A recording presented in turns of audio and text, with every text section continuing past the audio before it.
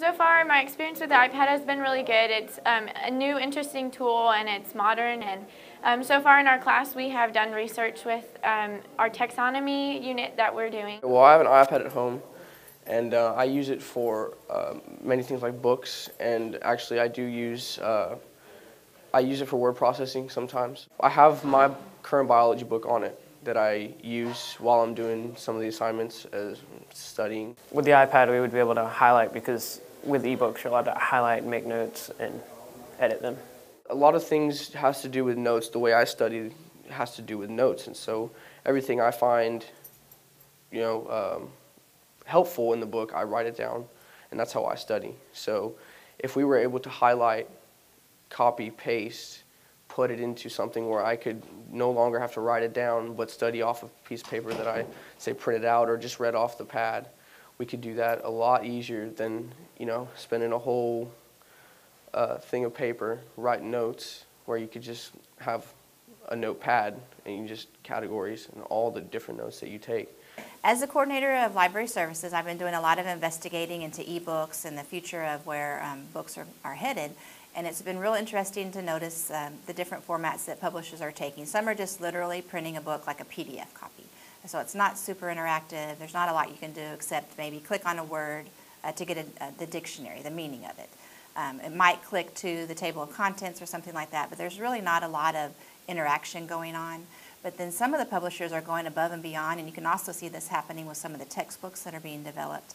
They're making it very interactive. So as you're reading along in the story or in the textbook, instead of just a picture, when you click on it, it would actually take you to a video where you're transported to that site where you can see what they're talking about, or taking you into maybe some science cells where you're looking almost like with a microscope and getting a closer view. And with stories, the same kind of thing. They might take you to the setting of the story or take you into some of the background if it was maybe a historical story, so you could see what's going on and getting the bigger picture and really getting involved in the story instead of just reading along.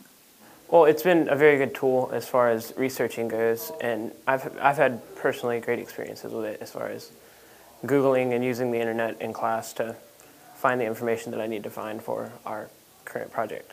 It is useful because people are experienced with using their phone and experienced with using their mobile devices, and so you kind of know how to research and go on things.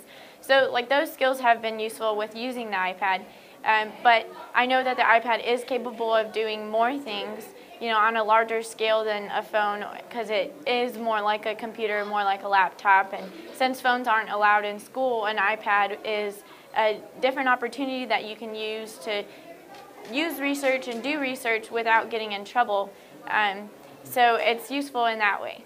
Well, my smartphone's really nice because anytime I come across something that I don't know, I can just pull it up and pull up Google and find the information. It's instant gratification, so to speak.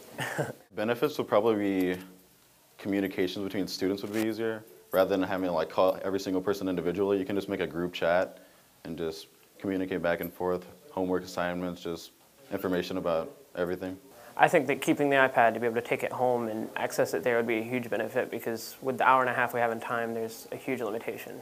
It's just a lot easier than carrying around a big book. If you have to take your book home every day and bring it back every day, it's really a burden on you because you carry around all these books where you can have a tablet right in front of you that you can just press a button, and the whole thing's 5 pounds, which you would just carry around with you all day.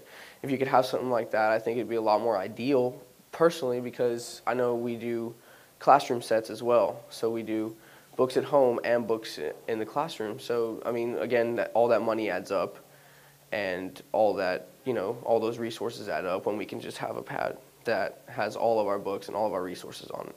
Just the challenges is learning how to use it and getting the right programs and teaching the teachers how to interact with the students with it, and just different things like that. A current problem with the iPad at this point is that we don't have a way of giving our information to our teacher and storing it for future reference. The compatibility with personal computers, PCs, and other laptops that aren't Macs, but otherwise than that, it's not bad at all. My main problem at home is that I don't get to convert it into a lot of things. For PC, my whole house runs on PC, Windows, and so that's my main problem with the iPad. But other than that, I use it for music, I use it for online, I just basically leisure. If kids 5 years younger than me are given an iPad earlier than me, I would probably be reading a book on an iPad. In schools, I see in the future that we'll be totally done with books. Everything will be online on an iPad or, through Moodle or through Edmodo or through programs like that. And eventually we'll become paperless. That's what I see in the future. And I think it'll be useful. I think it'll be a great change for schools. Binders would be history. I mean, obviously books would be history. We wouldn't need pens, paper, school supplies. Eventually I think that's what our world is leading to. And so to do that now would be beneficial for everyone because that's what it's going to be in the future. I see the future of books going downhill because the iPad is an eco-friendly and alternative to books because we don't have to print it on paper. One of the gentlemen that I love to read from is David Warlick, and one of the ideas that he repeatedly emphasizes with 21st century learners is that what people know is a lot less important than what they know what to do with it. In the past, knowledge was something that was reserved for the educated, and often that meant the wealthy because they were the ones that could afford to be educated. But now knowledge is accessible to anybody and everybody that has access to the internet. So even the poorest among us or the least informed among us, they can find answers to the information. They can get information that used to just be reserved for the very elite. And so our students and all of us, we have access to more and more information. So what's really become important is what can we do with all that information? So as teachers or people that work with students, you really need to be able to help them process their information, do things with the information. And that's where the Bloom's taxonomy comes in. A lot of educators will remember that from their days of being in college. But there are some people like Andrew Churches who have taken that further and they've created the Bloom's digital taxonomy. And in the digital taxonomy, as they have each of the layers of Bloom's, they've tied in Web 2.0 tools, and they've showed the teachers which tool can I use, a digital tool can I use, to help the students reach that level of Bloom's that I'm trying to teach in the classroom.